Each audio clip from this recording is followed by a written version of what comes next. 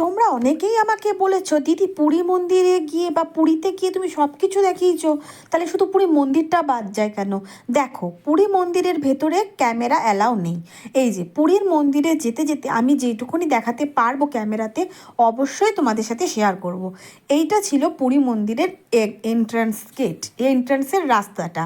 এইখান দিয়ে আমরা যাচ্ছিলাম, রাস্তাটা সত্যি ভালো করেছে। আর আমাদের হোটেল থেকে আমরা সম্পূর্ণ পায়ে হেঁটে গেছি পুরীর মন্দির।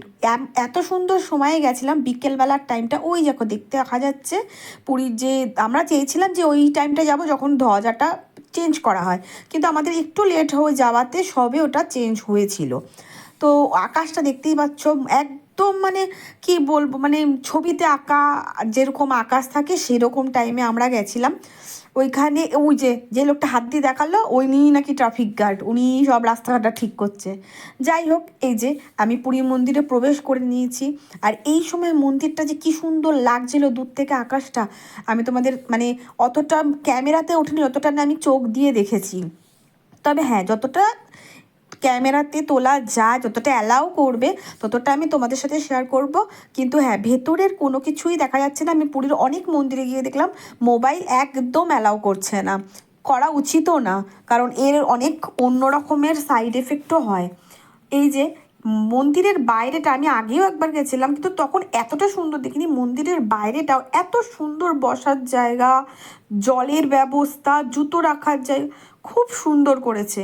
তোমরা যেই যাবে এবার মন্দিরে, তাদের খুব ভালো লাগবে। আর এই যে ঢুকতে গিয়ে বজরংবলীর মন্দির, রাম, সীতা, লক্ষ্মণ সবার মূর্তি আছে, পুরো ব্যারিকেড দেওয়া, একটু দাঁড়িয়ে একটুও দেখা যাচ্ছে না। এই যে মেন দ্বার, এইখানে পুরো পুলিশ গার্ড দিয়ে পুরো একদম আটকে দেওয়া।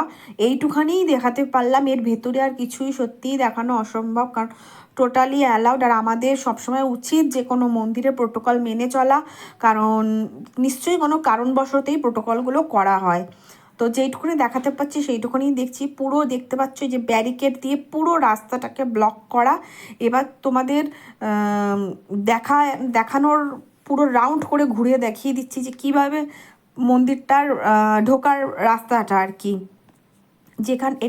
এটাই কিন্তু মেন দ্বার, এটাই হচ্ছে প্রধান যে মেন দ্বার, কিন্তু অনেক সময় প্রবেশ করায় অন্য রাস্তা দিয়ে প্রবেশ করায়, কিন্তু এটাই মেন দ্বার। আর এই যে আস্তে আস্তে এগিয়ে গেলাম, এই যে ব্যারিকেড দেওয়া দেখছো, এই যে খোপ করা, এর ভেতর দিয়ে পুরো ঘুরে ঘুরে লাইন দিয়ে দিয়ে এর ভেতর দিয়ে যেতে হবে। আমরা এখানে জুতো রেখেছিলাম, আমার বর আবার কি করেছিল জানো তো, এই ঝোপগুলোর ভেতরে জুতোটা ঢুকিয়ে দিয়েছিল যাতে কেউ দেখতে না পায় আর কেউ ছেড়ে না নেয়। কারণ মন্দিরে গেলে এই ভয়টা একটু থাকেই। তো যাই হোক, আমরা লাইন দিয়ে দেখে বেড়াতে বেড়াতে দেখতেই পাচ্ছ বিকাল থেকে সন্ধে হয়ে গেছে। আর সেইটুখানি তোমাদের সাথে শেয়ার করছি, কারণ আমরা ভেতরে গেছিলাম এরপরে লাইন দিয়ে দিয়ে, মোবাইল অ্যালাউ ছিল না বলে আর কিছুই দেখাতে পারিনি।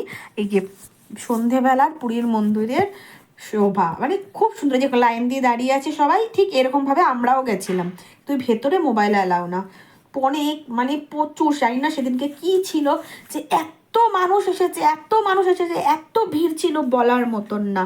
শুনেছি কার্তিক মাসের শেষ 5টা দিন উড়িষ্যা বা যারা, উড়িষ্যা কেন, যে কোনো জায়গার যারা মানে অনেক মানুষরা থাকে যারা ধার্মিক হয়, তাদের জন্য খুব ইম্পর্টেন্ট। তো খুব ভিড় ছিল। যাই হোক, এই রকম জায়গাগুলো না ছোট ছোট ছোট ছোট, দেখো জলের ব্যবস্থাটা কি সুন্দর, এরকম ছোট ছোট গাছ দিয়ে খুব সুন্দর ডিজাইন করা।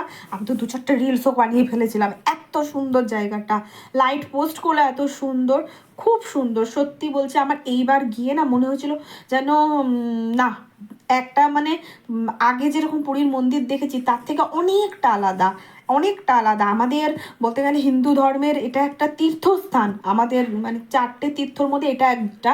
তো এরকমভাবেই সাজিয়ে রাখাটাই উচিত। কত বাইরে থেকে, কত দূর দূর থেকে লোককে আসে এখানে। তো খুব সুন্দর। যারাই ভিজিট করতে গেছো তারাই তো দেখেছো, কিন্তু যারা দেখতে পারোনি তাদের জন্য আমার এই ভিডিও রইলো, তোমরা এনজয় করো, টাটা।